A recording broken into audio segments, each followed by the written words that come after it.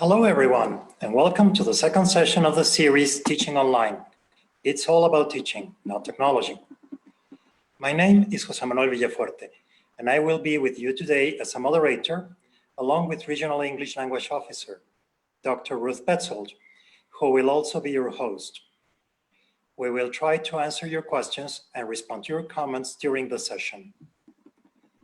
Today, our host Ruth Petzold will be talking to our presenter, Cindy Spoon, about video conferencing platforms and how to make the most out of them. Let's get started. Thank you, Jose Manuel. And hello, everyone. We're delighted to have you join us for this series, designed with Mexico in mind, but also helpful for those of you joining us from other countries. Designed to help us now during this pandemic, but also in the future, because we might just discover we like teaching online.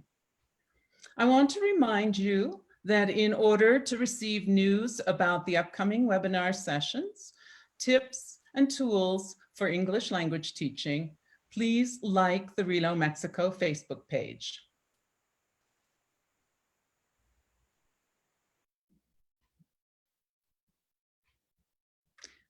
Next slide, please. And one more.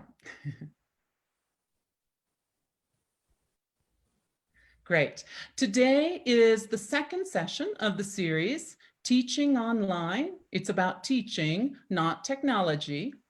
As you can see on our calendar, over the next 6 weeks, we're going to be talking about making the most of a video conferencing system, and that's today's topic.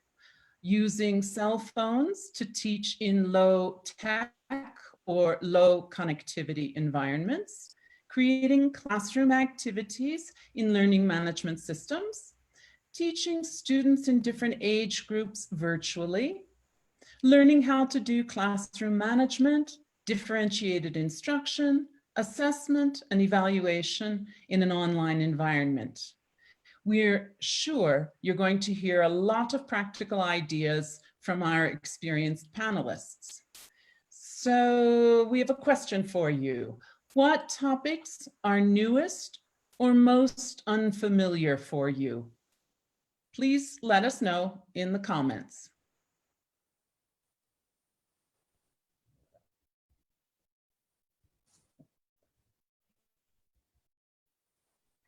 So here's what to expect each Monday and Thursday over this next 6 weeks.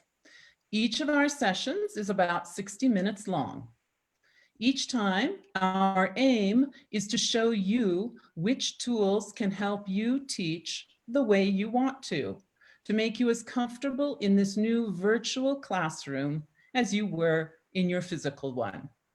And we'll have an expert presenting the material, sometimes with the support of a second panelist. And I, as your host, will make sure that they hear as many of your questions as possible. So please do share them in the comments section. Of course, you can use the emojis too. And now, today's session is on video conferencing platforms. Let's start with a quick warm-up. What is one of your favorite classroom activities that maybe so far you haven't figured out how to do online? If you'd like, you can tell us about it in the comments.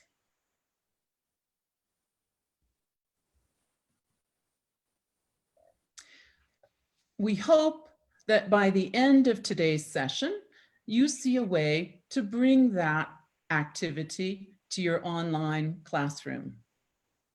So in today's session, we'll be learning what features of video conferencing platforms can make your classroom safer and more interactive. We'll also be learning to adapt classroom activities and to set up routines in an online classroom.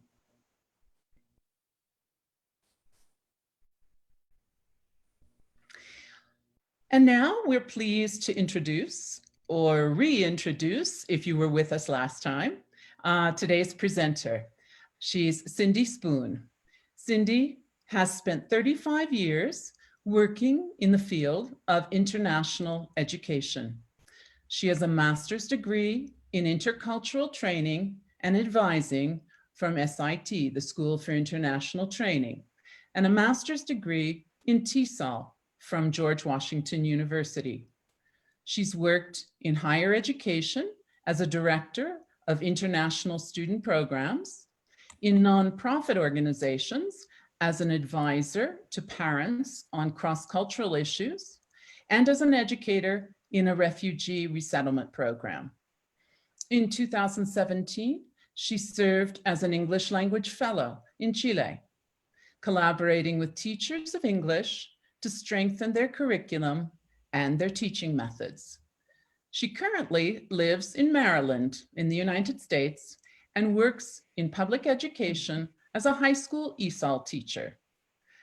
Welcome, Cindy, and it's over to you now. Thank you so much, Ruth.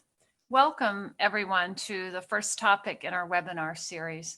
I'm so glad you joined me for this hour. These are challenging times, moving our teaching routines online, connecting with students through a computer screen instead of a classroom. As difficult as it is also a chance to broaden our skills. We are becoming more resourceful and creative teachers through this experience. And these are skills we need to encourage and expect of our students as well.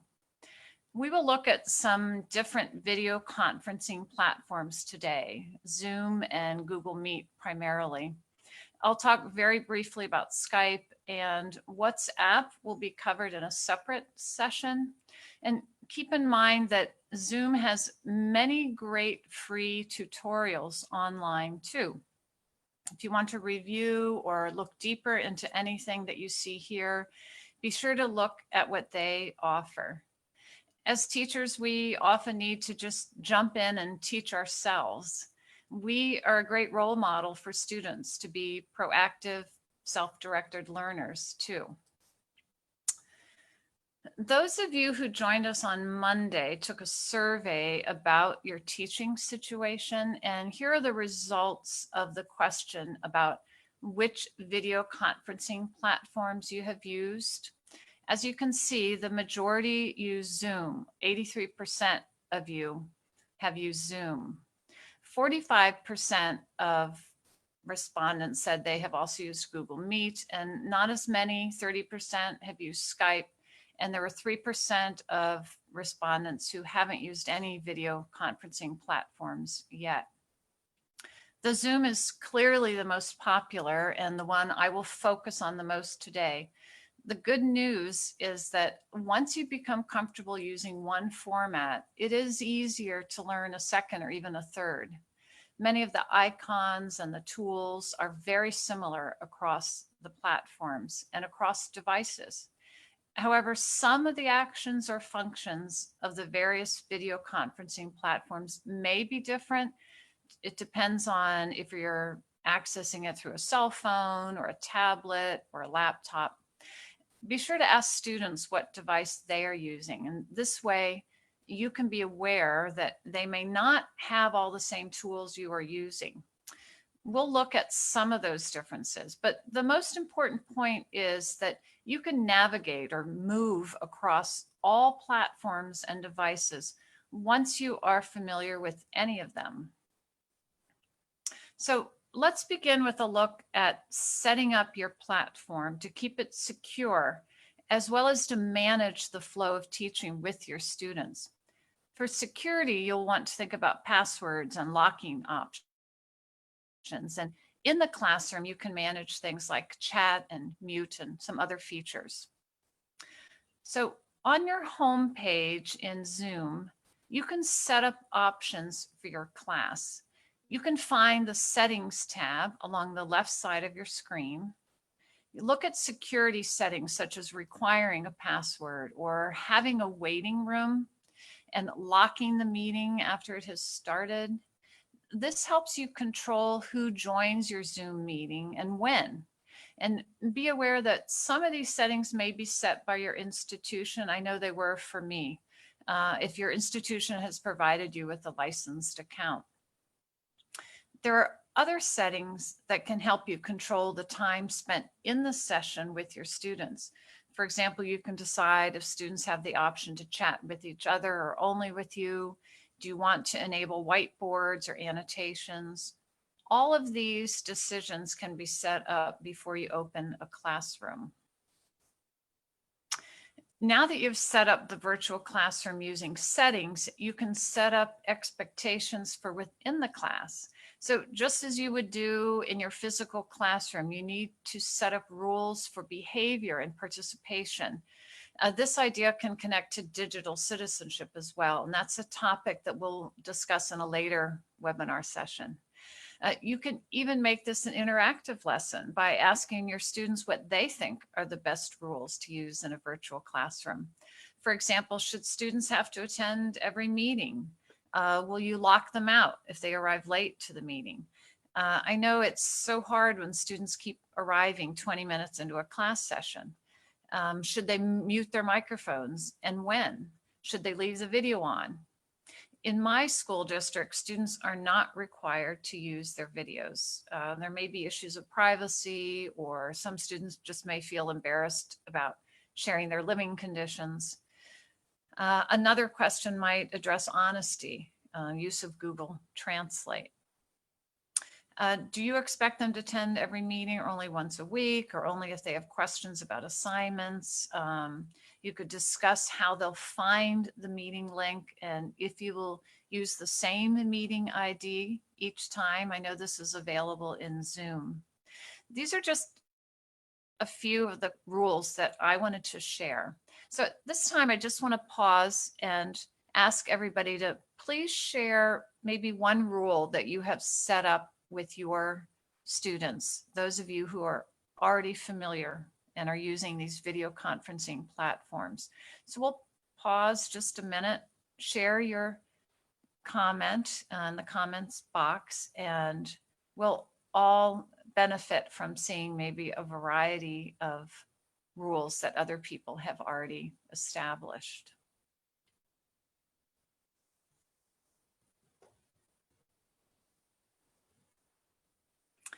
All right, I'm going to go on to the next slide. Feel free to keep finishing your sentence there.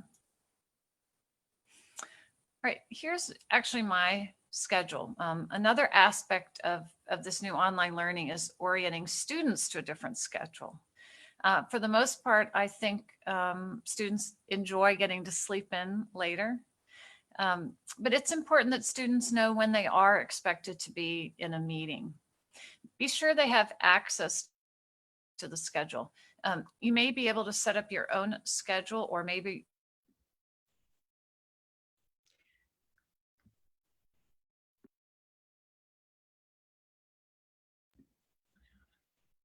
schools told classes. Elementary students are meeting online in the morning, and secondary has the afternoon period. Then I decided how many times a week I would see them. So my mornings are my time for staff and department level meetings, district-wide meetings, and all the administrative side of teaching, such as grading and planning and professional development. I meet with my classes in the afternoon. On Monday or Tuesday, I introduce the new material each week. And then we meet again on Thursday as a class to review any difficulties they're having and to practice the new concepts. And then I can meet individually with the student on the other days, or just to respond to the work they have submitted online, embedding comments for their work. And one thing that I found useful is to send out the link for the video conferencing meeting in multiple ways. So I send my students a text, an email, and I post it on Google Classroom, which we'll be learning about more in a later webinar. Cindy, we Yes. have several good suggestions for classroom rules. Great. Lots of people feel it's important to ask students to mute their mics when they're not talking, especially if there are children or loud noises in the environment where the student is. Also to tell the teacher when you're leaving the room, because in a virtual classroom, that's not always obvious. And also to not eat in front of the camera. Yeah. Watch your language, no bad words. And let's see, I think, and of course, using the raise your hand function. So some very good suggestions. Yes, excellent. Thank you, Ruth, for sharing those. We'll talk a little bit about some of those ideas as we move on in this session right now. All right, so now that we have our classes set up and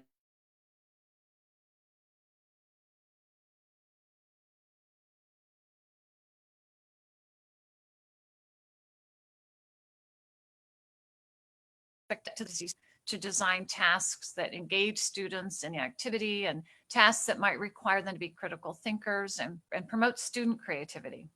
I'll occasionally mention ways to make a task more challenging for the more advanced students. However, you are the expert when it comes to knowing your students. So as we look at these tools, think about how you will adapt them to your situation and your students. There are many tools available to us. We'll take a look at the most common icons and actions in the Zoom platform first. So let's start by looking at the microphone and the video camera tools in the Zoom screen. This is from a computer. Remember, this will look slightly different if you are accessing it from a cell phone or a tablet. The controls are along the bottom of the screen in the toolbar.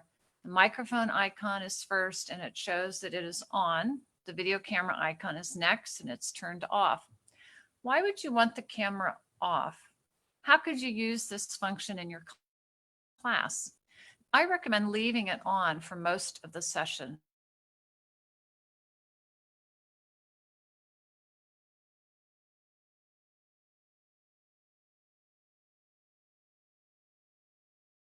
Your chance to see that some aspects of their lives are continuing.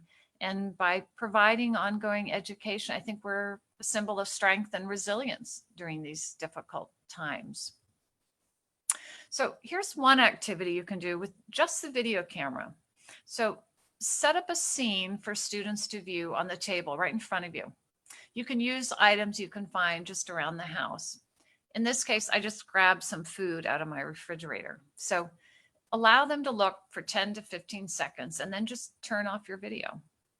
Remove one or two items and turn the video back on. Students can either write or speak. You decide what domain you want to practice.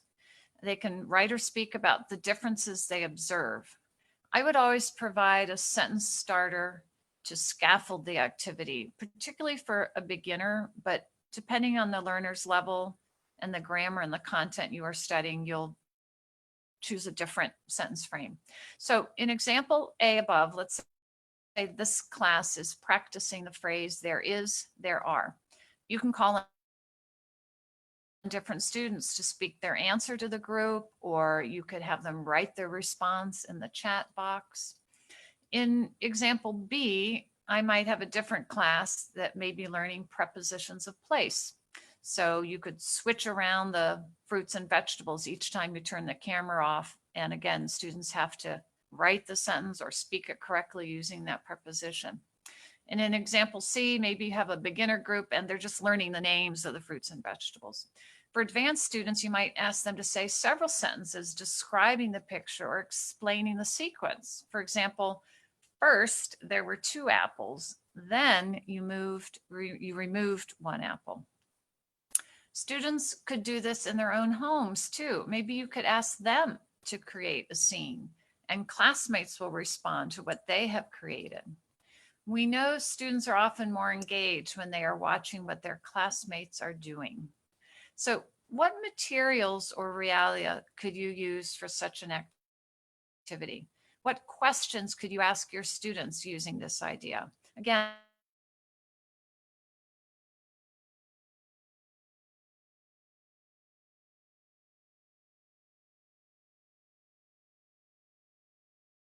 you could go pull some scissors and a ruler from your desk.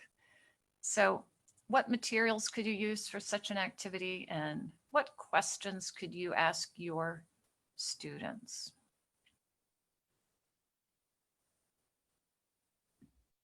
And while they're working on that, Cindy, we have a question from one of our participants asking if they can share parts of their textbook, their student textbook, or is there a copyright issue with that? Oh, that is a great question. I'm going to ask some of my colleagues here. I would think that if it's a textbook that your school district has purchased, that sharing it in an online format, I believe would be acceptable, but I'm not a legal Nor expert. am I, but I agree with you. I think it's still in an educational context, and you've purchased the textbook, so using it online is just a different kind of classroom. I think you're right. No. Okay. All right, I'm going to move on to our next screen. This is the icon that's next in order on my toolbar. But again, depending on your device, it may not necessarily be the next icon. So this is the Manage Participants icon.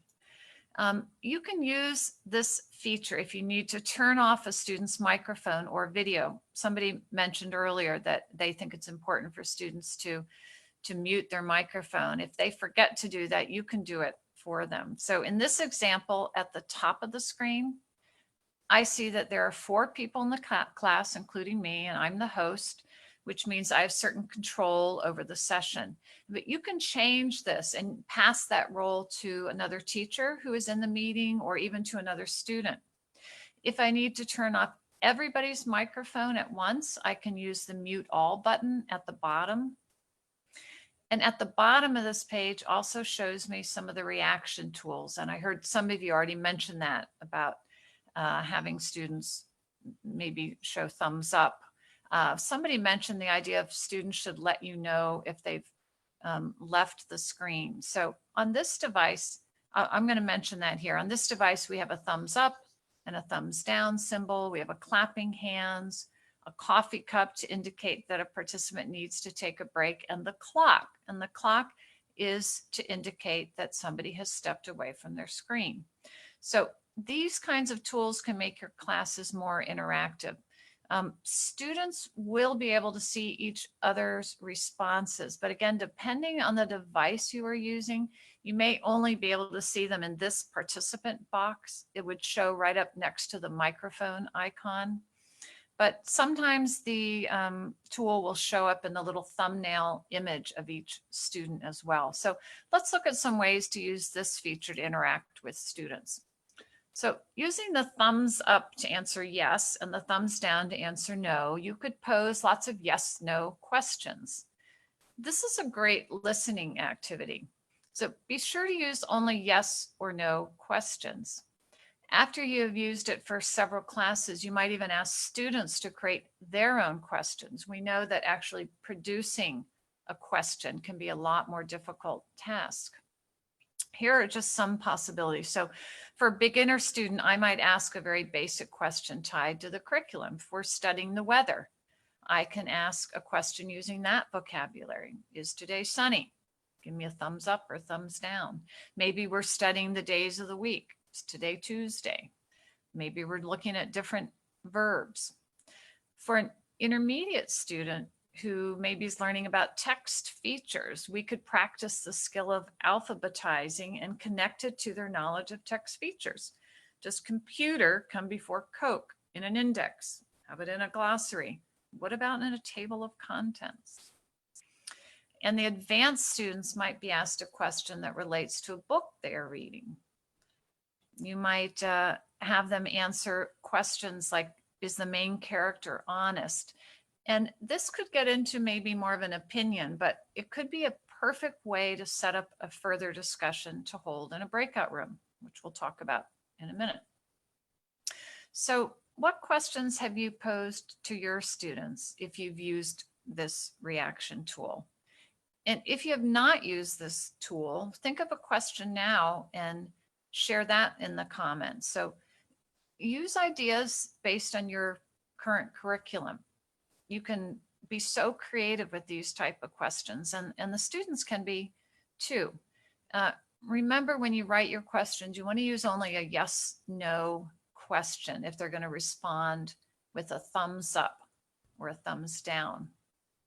So as you write your questions, I just want to say that our goal is that you go away from this session tonight with at least a few new ideas of how you can use video conferencing tools, but also maybe how you can create activities that might embed a little bit of critical thinking for students, how you can turn some of the responsibility for creating activities over to the students as well.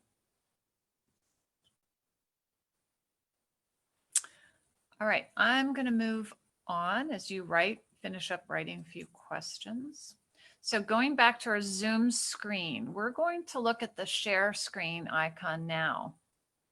When we click on this green box, another window opens. You can see there I am, having created this earlier. In image A, you will see the new window, and it shows two options. Other devices might offer more options when you click on a share screen icon. So here we have desktop or application. So the desktop option will just present whatever's currently on your screen, and the application option could share an application like Chrome. In image B, you will see the desktop box appears. That's what I've clicked on, and you'll click on that and then click on share. And we'll look at examples of content to share on your screen in a minute. I also wanted to show you how at this point you can allow students to share their screens if you want. You would just click on that little caret or the arrow next to share, and you can change this setting. So you can see that multiple participants can share at the same time or simultaneously, or you can limit it to just one participant at a time. Again, depending on your device, you may have other options here. So screen sharing allows you to walk students through a worksheet and model the activity. You can use a think aloud process so students can understand how they are to solve the task. In doing this process, you also get immediate feedback from the students. So some devices also allow you to annotate on the screen and even use a whiteboard. If you have a device that doesn't have the whiteboard option, you can always use an outside app such as Jamboard or Whiteboard Fox, which I'm going to be using in just a few minutes. So sharing a screen allows students to see each other's screens as well. So there's lots of good uses for this. So let's look at some ways we can use this share screen tool. But maybe before you do that, I Sure. have one very nice use of the thumbs up and the thumbs down from our participants. She says that she would use it to check comprehension. So for instructions, for example. It's a great use. Absolutely. Good. Thanks for sharing that. So let's look at some ways we can use this share screen tool. We can share when you share your screen, you can open up the assignment the students have and practice doing a few with them in the Zoom session. So again, this can give you immediate feedback as to if they're confused about it or if they need to review a previous concept to be able to access this current task. So I'm going to show you a very easy task on the website. This is through live worksheets. I happened to notice in the survey that only one respondent had used this website, and it is such a great resource. So at this point, let's go ahead and look at this live worksheets. So here you can go over with the students the title and the instructions. I don't know about you, but my students are so reluctant to read instructions. So I'll show students how to click on the drop-down menu and also how to use the pictures to help them new vocabulary. So in doing a think aloud, I could have them look at this first one, the crocodile, and say, well, what's in the crocodile's hand if you don't know the word tennis? So that's just one example of how you might walk them through an activity. So another thing I can do is use a whiteboard. In this case, it is a website called Whiteboard Fox. So you might play a Pictionary game as a vocabulary review. So in this case, we have a beautiful picture of a cat. Can you spell that? You might also ask students to draw a scene from a reading that you're doing. You can also project the text of a book. That was what somebody had just asked about, but I think that's allowed. You can project the text of a book and have students take turns reading sections. I wonder if any of you are familiar with this idea of popcorn reading. You just very randomly stop a student. It could even be mid-sentence, and ask another student to pick up and start reading at that point. It requires a little more attention from the students to do that.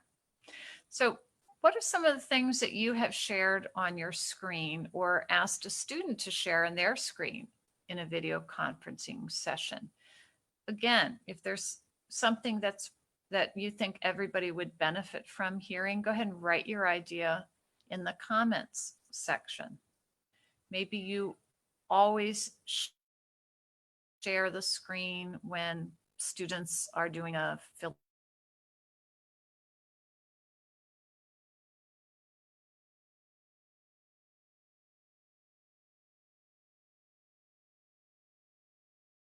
blank. All right, we're going to go on now to the chat feature. So remember, you have set this up in your settings so that students can either chat with everyone or only chat with you. It's possible to change this setting from within your meeting by using the Manage Participants feature. And we have already mentioned several ideas for using the chat box. So let's look at a few more. So you can start a class meeting by sending a note to individual students. We know how beneficial it is to build rapport and connect with our students. So spending time asking about their lives is important. You can also post a warm-up question for all to think about as you wait for others to join the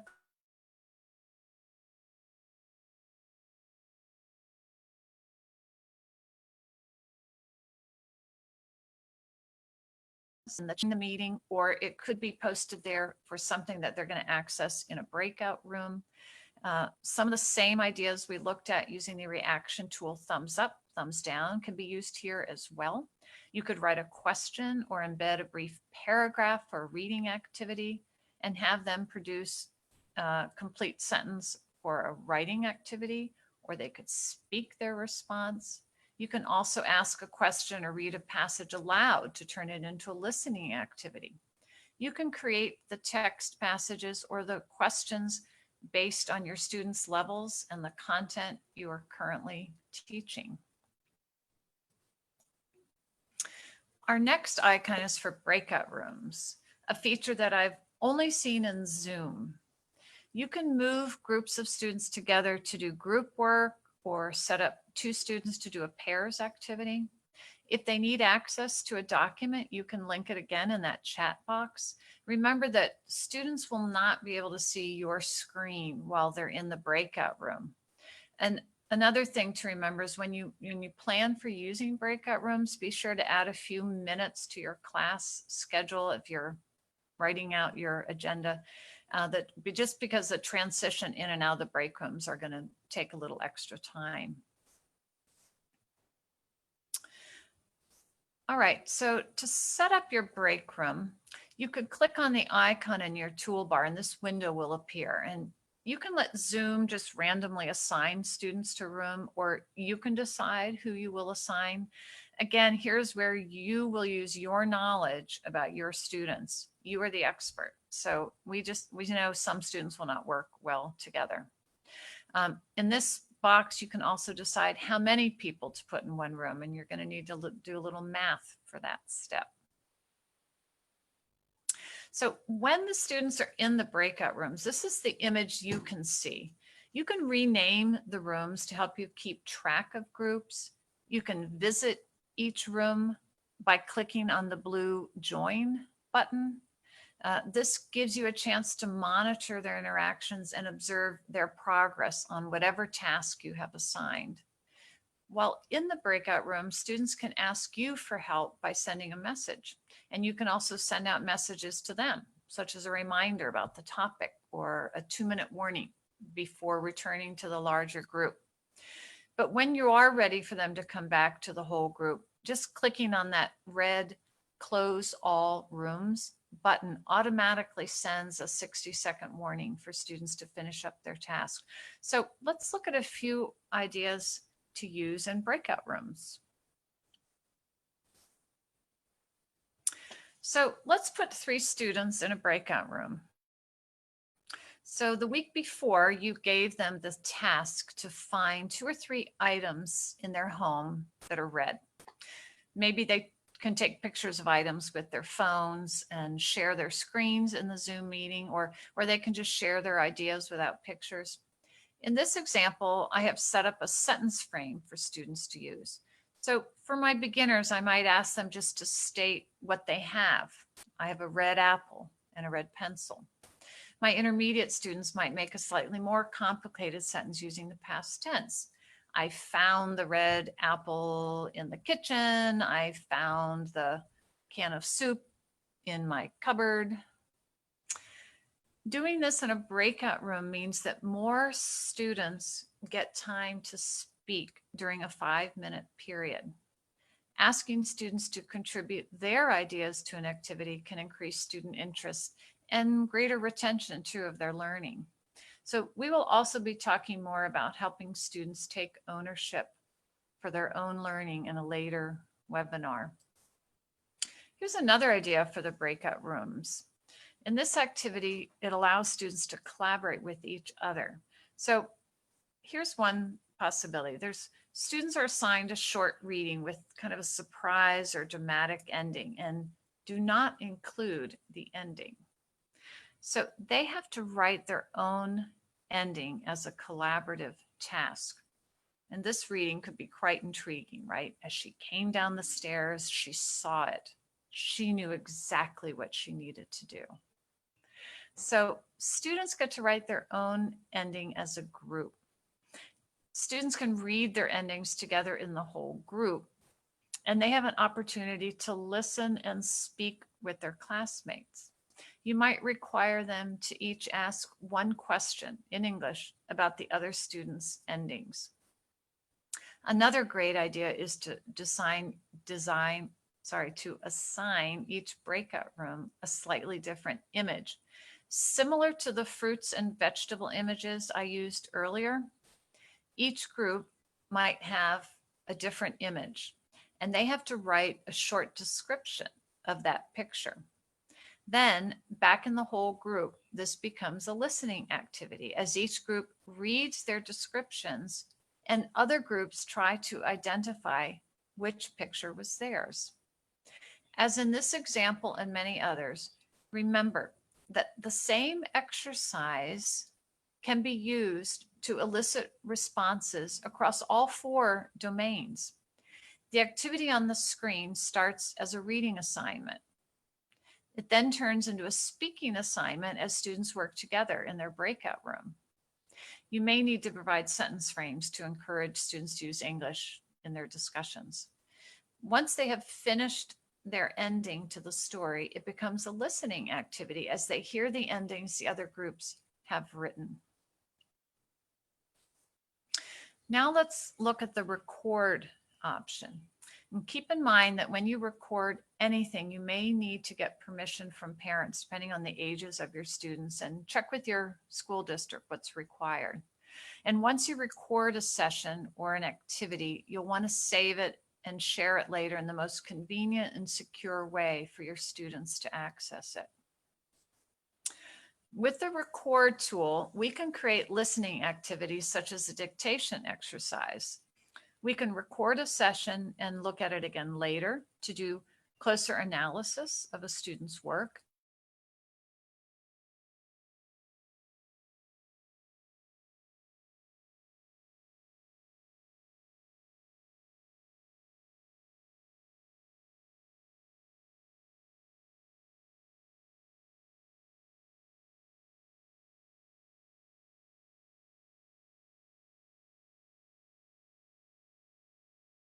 You record the sentences, students listen to the recording and write their responses.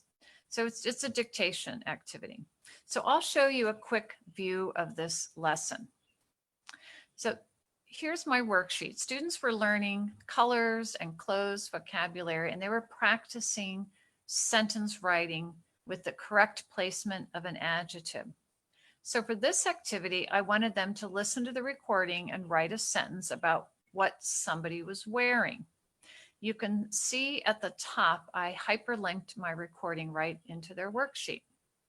So if I click on that link, you can see that I made this with my video camera on, although you don't have to keep it on. And I appear here in the bottom corner. But you can make a recording with the camera off so students are only hearing your words. So if we go back and look at the worksheet, once they finished the sentence dictation, for example, I said, the boy is wearing a yellow sweater and blue jeans. So they have written 8 sentences as a dictation activity. Then they had to understand the sentence and find the person in the park who fit that description. So now I've turned it into a bit of a reading comprehension task. Do they understand what that sentence means? So there are many creative ways that you can use this record feature. You could play animal sounds and have students describe the animal and where they might see it. You could play transportation sounds and do the same thing. You could record a speech and have students write a summary. The ideas are limitless. So we've looked at many of the tools and features within Zoom. We'll take a brief look at how you can access some of these same tools in other platforms. Again, the actions are very similar, so many of the ideas we just looked at can be used in the other platforms. So let's move on now briefly to Google Meet. The advantage of this platform is how easily it integrates with other Google features. So you can see on the Google Meet site that the icons are similar. This video camera is also turned off. The microphone is on. On the right, you can choose to join the meeting by clicking on that green button, or you can share your screen by clicking on the present button. So here's the same opening page for Google Meet. And now I will share the option to just join a meeting by clicking on that green button and sharing your screen. And to do that, you would need to click on the present button. It's right next door. So when you click on present, this window pops up.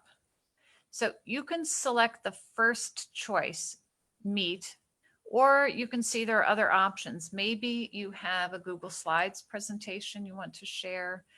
You can see it is there, the third option, or you can click on the My Drive icon, and then you have access to anything that you've saved in your own drive. Scheduling a Google Meet is also very easy. Just click on your Google Calendar and this window pops up. You can then choose the day and the time you want to meet.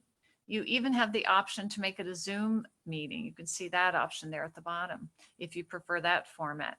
So you just click on the button and your meeting will show up in your Zoom account as a scheduled meeting.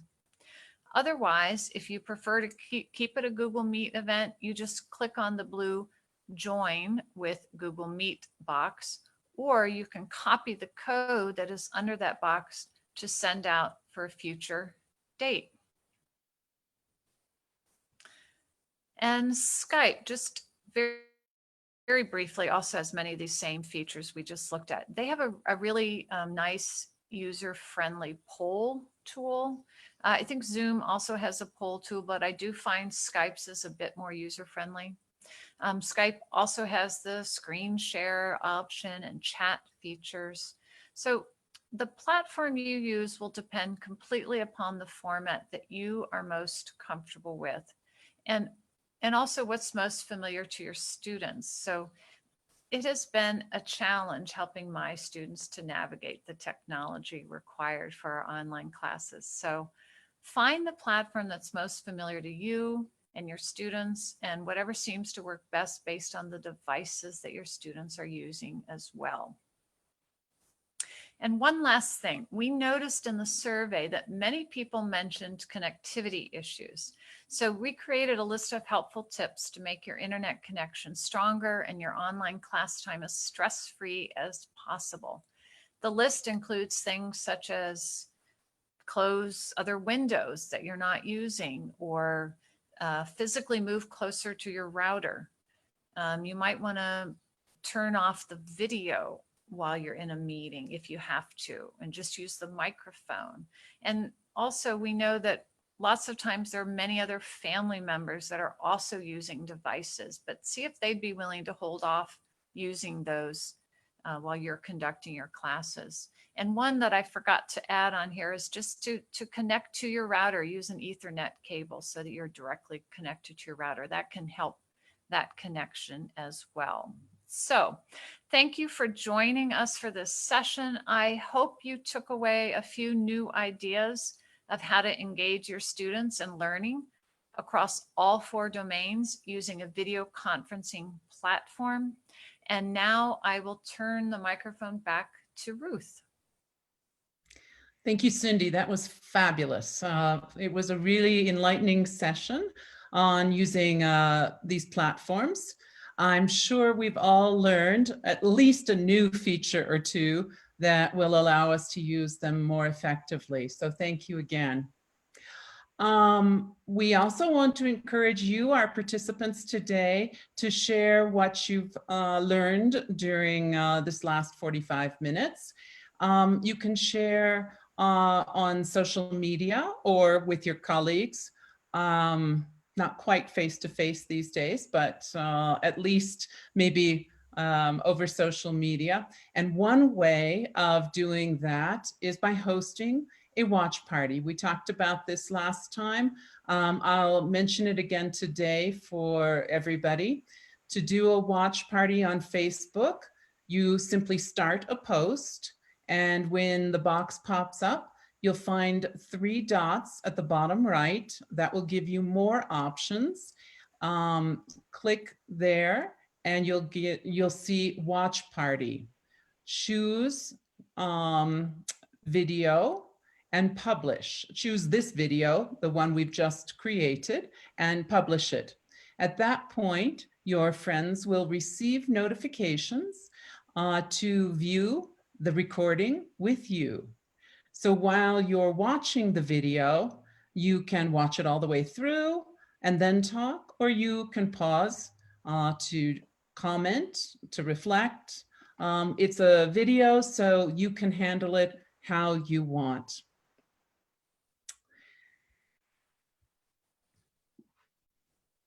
And our next session will be next Monday, and Heather is our speaker next time. So Heather, tell us what we'll be talking about on Monday. Hey, hello. Thanks for participating, everybody. I've been doing some of the answering in the chat. So next time we're going to be talking about learning management systems. I'm mostly going to talk about Google Classroom, but I'm also going to talk about some other ones such as Moodle and how we can use them to do a flipped classroom, how we can do them to communicate with students, and also some tips of how to set up your classroom so that it's easier for students to navigate and to find their way around and not feel so frustrated with learning online and by themselves. Great, thank you, Heather. So thank you everybody for joining us today. Thanks for participating with us in the comments and for your questions. If we didn't answer your question today, we will try to make sure we include it in a later session. So be sure to stay with us for the next 5 weeks. We look forward to seeing you then next on Monday, June 1st for Heather's session Until then, stay home and stay safe. Bye-bye.